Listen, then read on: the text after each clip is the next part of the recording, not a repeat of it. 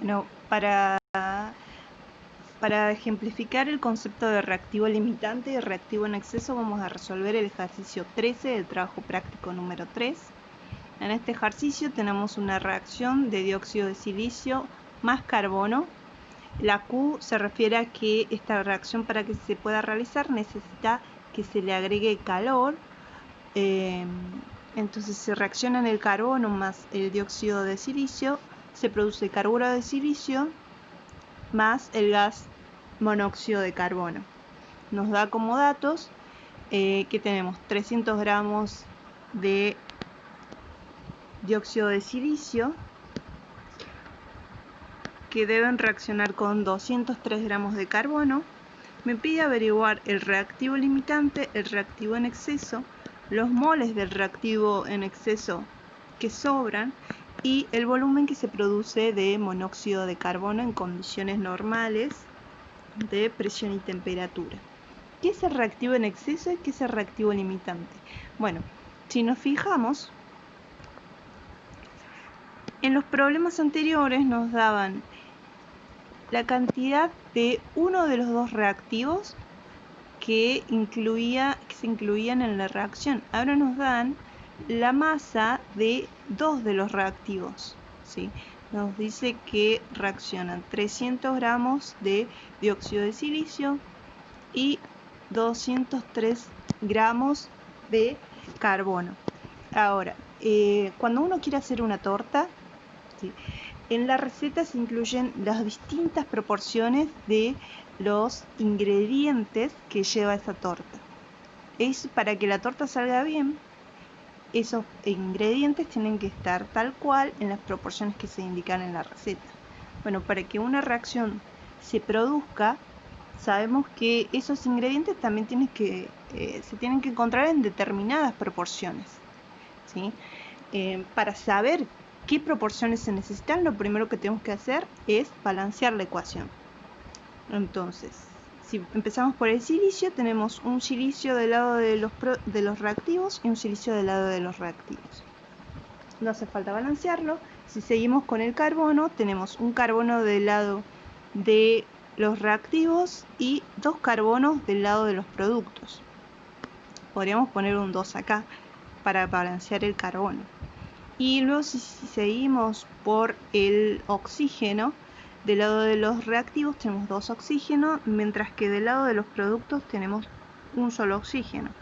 Con lo cual podríamos agregar un 2 en el monóxido de carbono. Pero al agregar el 2 desbalanceamos la cantidad de carbono. Nos quedan 3 carbonos en los productos y 2 carbonos en los reactivos. Por lo cual debemos modificar el coeficiente de la cantidad de carbonos en los reactivos por un 3 para poder balancear la masa de carbono, ¿sí? Ahora sabemos que para que esta reacción se produzca necesitamos un mol de dióxido de silicio por cada 3 moles de carbono para que se produzca un mol de carburo de silicio y 2 moles de monóxido de carbono. Recuerden que estas proporciones nos sirven como factores de conversión y también nos dan un índice, un indicador de la masa que representa cada uno de estos reactivos y productos, ¿sí?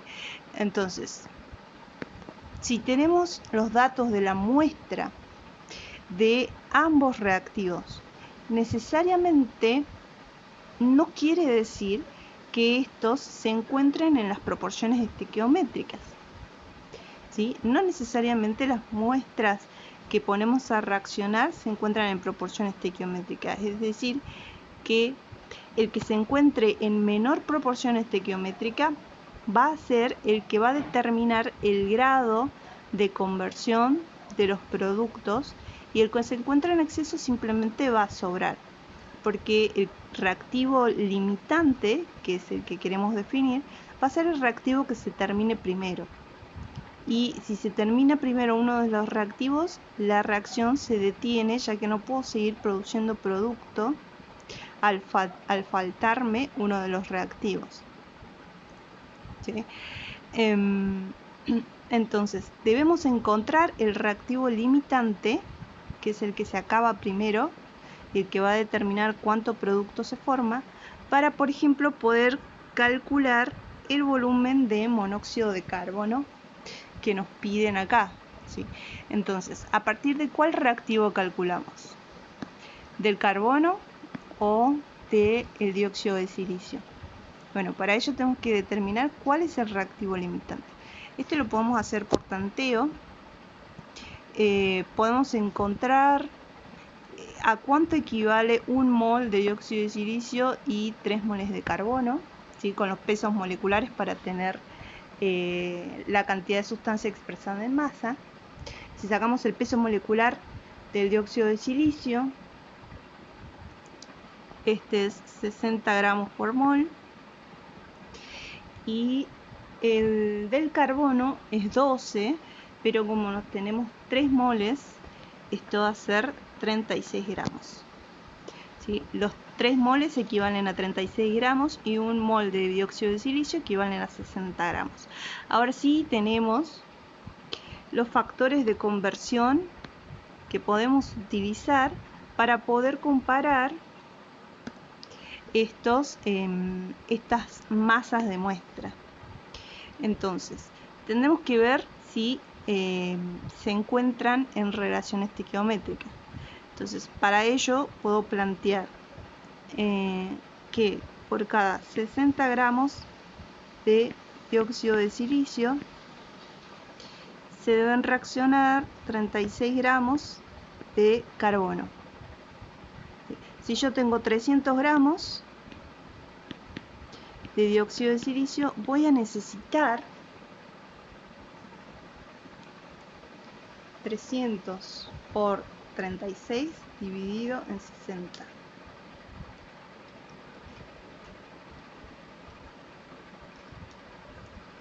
Son 180 gramos de carbono. ¿Y yo cuánto tengo? Yo tengo 203 gramos de carbono, es decir que me alcanzan y me sobran los gramos de carbono que yo tengo. ¿Sí? Por lo tanto, el que vendría a ser el reactivo limitante, según mi cálculo, es el dióxido de silicio. Y este sería el reactivo en exceso. Puedo verificar el cálculo calculando la proporción al revés. Si yo tengo 36 gramos de carbono, necesito 60 gramos de dióxido de silicio. Si yo tengo 203 gramos de carbono, ¿cuánto dióxido de silicio voy a necesitar?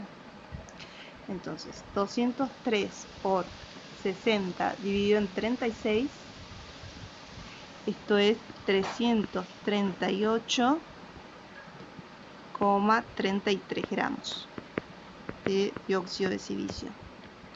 ¿Y yo cuánto tengo? Yo solamente tengo 300 gramos de dióxido de silicio, es decir que me van a faltar. Si yo quiero que reaccionen el total de los 203 gramos de carbono, voy a necesitar 338 gramos de dióxido de silicio, que no los tengo. Por lo tanto, vuelvo a reafirmar que el reactivo limitante es el dióxido de silicio, ¿sí? Y el carbono se va a encontrar en exceso. Entonces, todo el producto que yo calcule que voy a obtener, lo voy a calcular con la cantidad de muestra de mi reactivo limitante. Entonces, para comenzar, ya resolvemos cuál es el reactivo limitante. Es el dióxido de silicio. El reactivo en exceso es el carbono. Y ahora, ¿cuántos moles de carbono están en exceso? Si reaccionaran por completo los 300 gramos de dióxido de silicio, ¿cuánto me va a quedar de carbono? Bueno, habíamos dicho que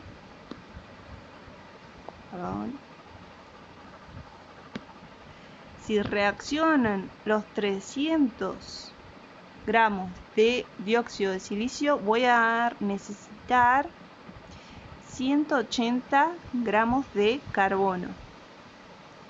¿Sí? Yo tengo 203, es decir, que de los 203,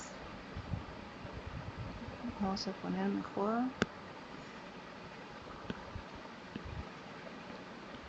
la masa en exceso de carbono va a ser igual a los 203 gramos originales que yo tenía menos los 180 que son los que reaccionan con los 300 gramos de dióxido de silicio. ¿Sí? Los 203 menos 180 son 23 gramos en exceso de carbono. Estos son los gramos que sobran, pero a mí me pide moles, entonces los tengo que pasar a moles. ¿A cuánto equivale un mol de carbono? Equivalen a 12 gramos. ¿Sí? Entonces, el número de moles de carbono en exceso va a ser igual a los 23 gramos de carbono sobre los 12 gramos de carbono por mol de carbono. ¿Sí? Los gramos de carbono se van y el resultado me va a quedar en mol de carbono. Esto es 23 sobre 12. Este es 1,92 mol de carbono, lo que es lógico porque si 12 gramos de carbono son un mol, 23 gramos de carbono son aproximadamente 2 moles. ¿Sí? Ya tenemos esto. Entonces acá son 1,92 moles. Ahora vamos a averiguar cuánto se produjo de monóxido de carbono.